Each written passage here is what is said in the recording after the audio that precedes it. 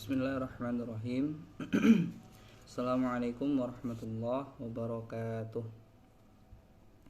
Alhamdulillahirabbil alamin. Shalatu wassalamu ala asrafil anbiya'i wal mursalin wa ala alihi wa sahbihi rasulillahi ajma'in. Ma ba'd. Pemirsa yang dirahmati Allah Subhanahu wa taala, alhamdulillah kembali Allah izinkan kita bertemu pada kesempatan kali ini, tentunya kembali dalam video singkat bersama HRTI di channel HRKU ini. Tentu kembali Bapak Ibu dirahmati Allah, saudara-saudaraku sekalian yang dimanapun kita semua berada, kembali kita memperbanyak rasa syukur kita atas kehadiran Allah Subhanahu wa taala, karena memang sampai saat ini masih sama-sama kita rasakan banyak hal sekali yang pantas dan patut untuk kita syukuri atas berbagai kebaikan-kebaikan yang masih Allah berikan kepada kita, dan tentunya sampai saat ini masih kita rasakan. Pada kesempatan sebelumnya, di pekan lalu itu saya sudah mengupload video bersama dengan Al Ustaz Fikri, dan qadarullah mungkin karena memang beberapa hal akhirnya pada kesempatan kali ini mungkin saya harus kembali sendiri sebagaimana mungkin direncanakan kemarin kan. Kedepannya kalau bisa kami akan berdua gitu, jadi ada dialog dan tentunya menghindari kemonotonan agar nantinya ada diskusi yang interaktif gitu, ada setidaknya komunikasi dua arah.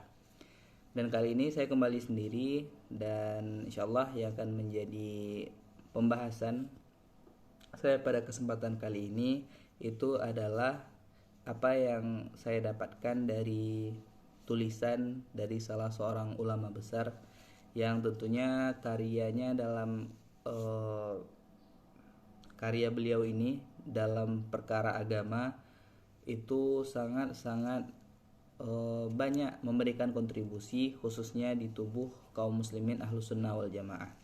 Maka ini adalah sebuah karya beliau khususnya perkara hati. Beliau juga menulis berbagai macam buku lainnya, kitab-kitab lainnya dalam perkara tafsir ataupun perkara fikih. Beliau juga ada menulis beberapa kitab, dan kali ini yang menjadi pegangan saya dan ingin saya coba bagikan itu adalah buku Tibul Qulub, atau dibahasakan dengan terjemahan itu klinik penyakit hati, atau obatnya dari penyakit hati.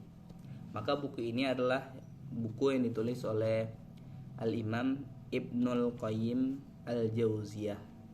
Nah, Ibnul Qayyim Al-Jauziyah. Maka insyaallah yang ingin saya bagikan, maka mungkin saya ingin menyampaikan di sini terlebih dahulu bahwa saya tidak sedang berusaha membedah buku ataupun sedang berusaha untuk mereview buku ini. Tentu saja saya sama sekali tidak memiliki kapasitas untuk hal tersebut. Namun mungkin saya ingin membagikan dari apa hal yang saya dapatkan dari ketika membaca buku ini. Maka karena keterbatasan waktu juga, maka insyaallah yang akan ingin saya coba sampaikan dari apa yang saya dapatkan ketika membaca buku ini itu adalah identifikasi awal, karena ini mungkin menjadi bagian pembahasan awal dari buku ini. Maka Al-Imam Ibnul Qayyim itu membagikan kepada kita itu 3 identifikasi awal atau klasifikasi dari hati seorang hamba atau hati seorang manusia. Maka terdapat 3 keadaan hati yang dimiliki oleh manusia.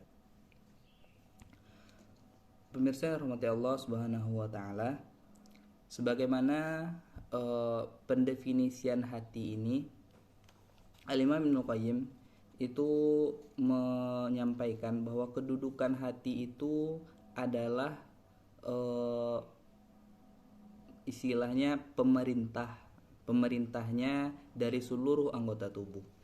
Dan juga posisi hati itu memiliki kedudukan yang paling tinggi, karena memang anggota-anggota tubuh lain itu seakan-akan atau memang bahkan kenyataannya demikian, itu Allah jadikan seluruh anggota tubuh yang lain itu adalah pelayan bagi hati. Apa yang diperintahkan oleh hati, apa yang diperintahkan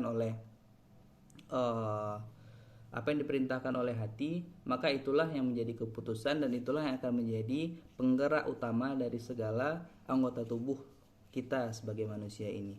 Maka begitu juga ketika kita melihat secara fisik, itu hati ternyata dilindungi oleh organ-organ lainnya gitu.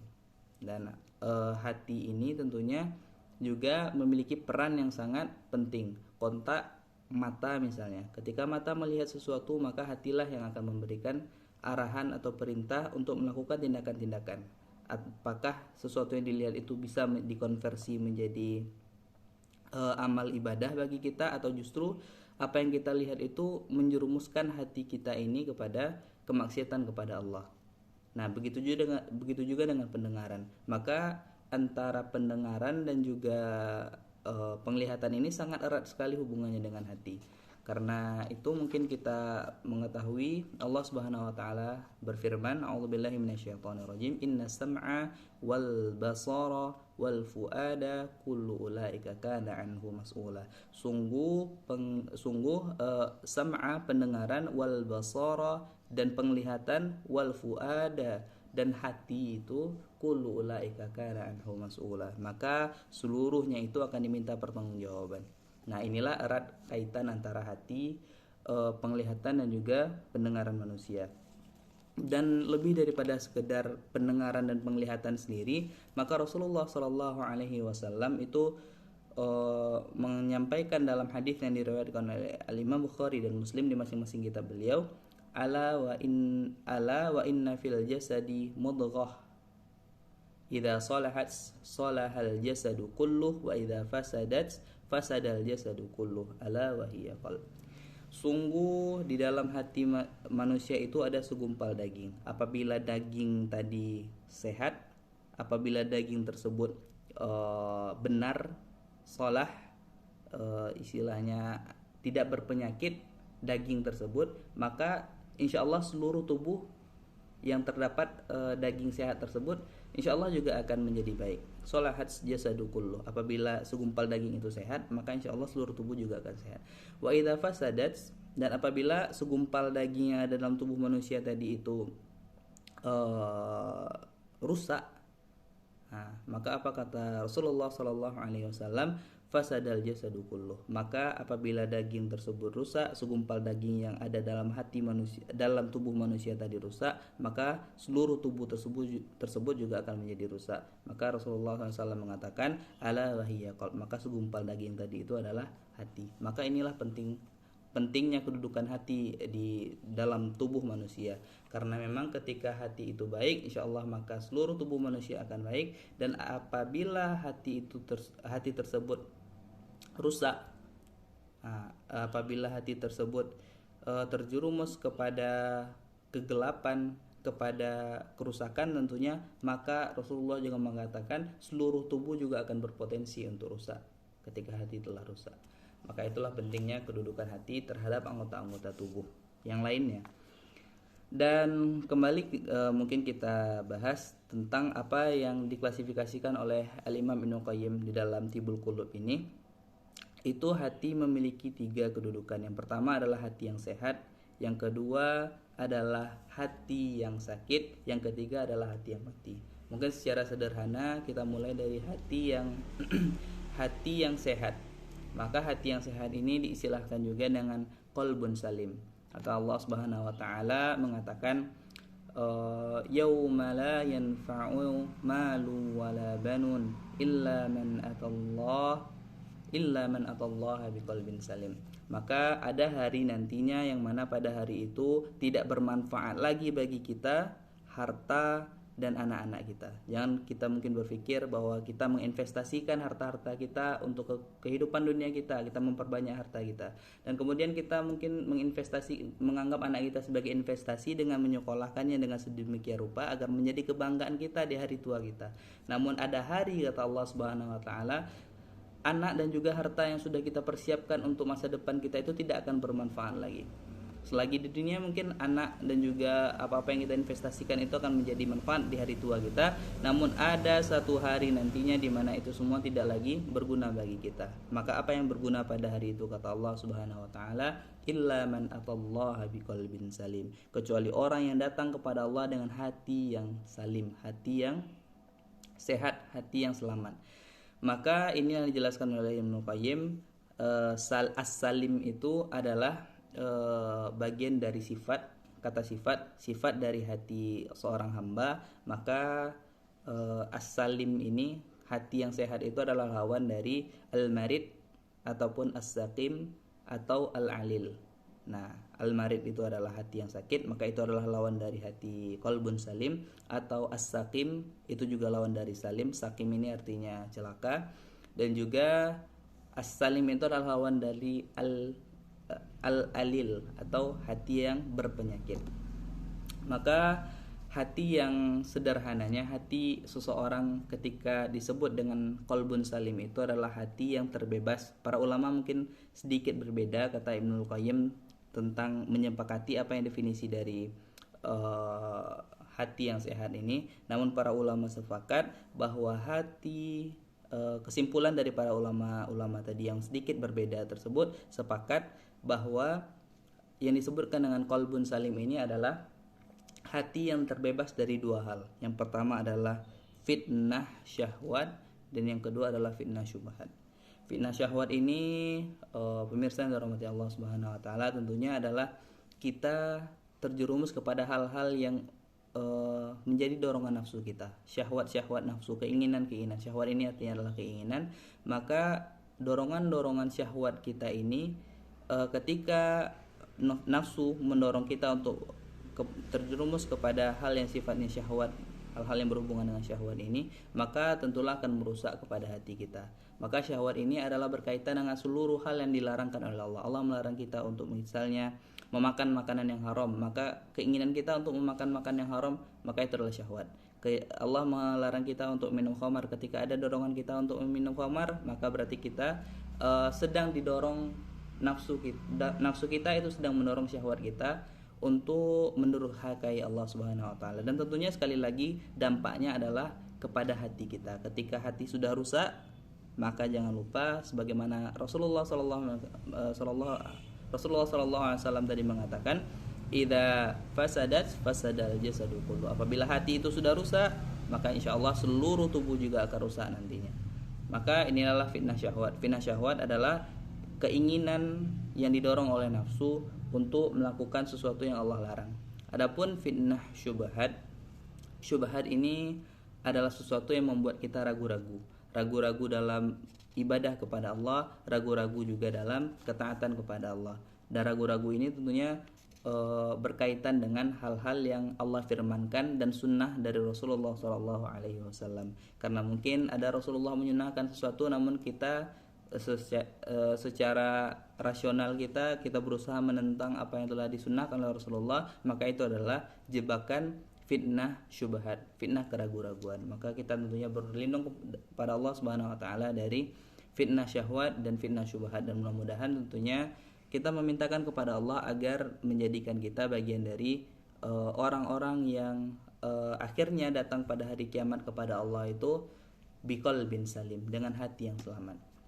Dan selanjutnya yang kedua, jika pertama tadi klasifikasi hati seorang manusia itu ada yang qalbun salim, hati yang sehat, hati yang selamat, maka yang kedua ada hati yang berpenyakit. Maka hati yang berpenyakit ini adalah hati yang secara keseluruhan itu mungkin ia masih beriman kepada Allah, ia masih mempercayai Allah, namun dorongan syahwat dan dorongan syubhat yang kita sampaikan di awal tadi itu sangat-sangat kuat dan sangat-sangat bergejolak di hatinya. Maka terkadang ia mungkin beriman, terkadang ia futur, terkadang ia mungkin melaksanakan sholat, namun terkadang dengan gampangnya ia meninggalkan sholat. Terkadang ia mungkin bertakwa kepada Allah, namun di waktu lain mungkin ia menjadi orang yang lalai dalam ibadahnya. Maka hati yang demikian itu, yang berbolak-balik itu, dikatakan oleh Al-Imam Ibnu Qayyim sebagai hati yang berpenyakit. Ini sudah mulai berpenyakit. Nah, hati yang sudah mulai berpenyakit ini maka harus segera diperbaiki, harus segera diislahkan, disehatkan kembali. Dan mudah-mudahan tentunya hati yang berpenyakit ini, jika kita sudah mengidentifikasi bahwa mungkin hati kita sudah berpenyakit, maka kembalilah kepada Allah, kembalilah untuk keistiqomahan dalam ibadah kepada Allah. Dan juga Rasulullah SAW mengajarkan kepada kita untuk selalu berdoa, ya muqallibal qulub tsabbit qalbi ala dinik.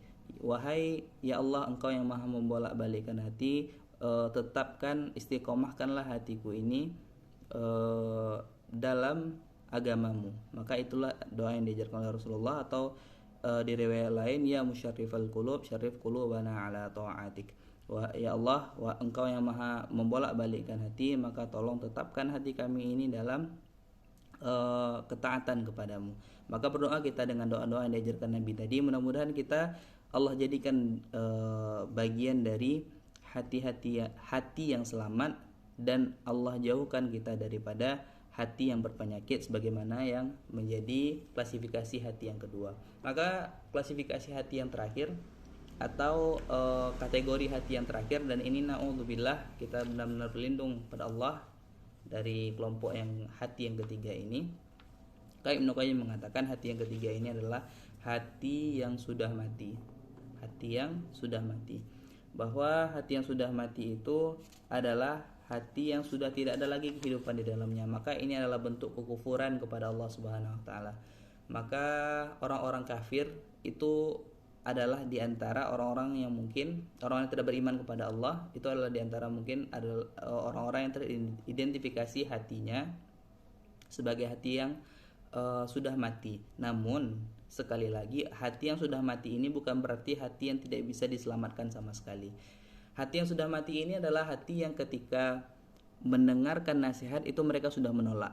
Nah, ketika hati seseorang yang mungkin banyak melakukan kesalahan, namun ketika ia dinasihati, ia masih mau mendengarkan, ia masih merenungi apa yang dinasihatkan kepadanya, maka ini belum dikategorikan sebagai hati yang mati.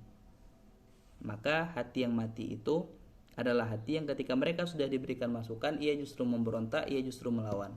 Nah, ketika seseorang masih mendengarkan nasihat, masih merenungi nasihat, mungkin ia melakukan kesalahan, maka hati mereka itu dikategorikan sebagai hati yang masih sakit, belum kepada mati. Namun ketika seseorang sudah tidak lagi mau mendengarkan nasihat, kemudian ia justru melawan kebenaran, maka itu adalah hati yang mati. Dan sekali lagi, hati yang mati ini bukan berarti hati yang sama sekali divonis tidak ada harapan, karena memang selagi seseorang itu masih hidup, sangat besar karunia Allah, sangat besar rahmat Allah kepada setiap hamba, dan sangat besar peluang ia untuk mengembalikan hatinya, untuk memperbaiki hatinya. Maka jika kita melihat mungkin saudara-saudara kita atau orang terdekat kita yang hatinya mungkin sudah mulai dikategorikan kepada hati yang mati dan sudah tidak mau lagi mendengarkan nasihat, atau bahkan mungkin justru kita mengidentifikasi hati kita mungkin adalah hati-hati yang sudah mati tersebut, maka mari kita kembalikan diri kita kepada Allah, kita benar-benar kita renungi, kita muhasabah diri kita. Dan juga kepada saudara-saudara kita, tentunya kita menginginkan masuk surga itu bersama-sama. Kita menginginkan ketika kita mungkin Allah izinkan untuk menikmati surga Allah di akhirat nanti, tentu kita ingin juga orang-orang terdekat kita, saudara-saudara kita, baik itu sebangsa dan juga saudara-saudara kita dalam kemanusiaan, kita ingin tentunya secara umum kita semua ini memasuki surga Allah. Namun ketika ada hal-hal yang mungkin masih menjadikan saudara-saudara kita itu dikategorikan sebagai hati yang mati tadi, maka kita memintakan kepada Allah untuk mereka agar mendapatkan hidayah. Kita memintakan kepada Allah, kita juga selalu menasihati saudara-saudara kita tersebut untuk kembali kepada Allah, kembali kepada ajaran Islam, dan mudah-mudahan kita semua Allah anugerahkan qalbun salim atau hati yang selamat atau hati yang sehat.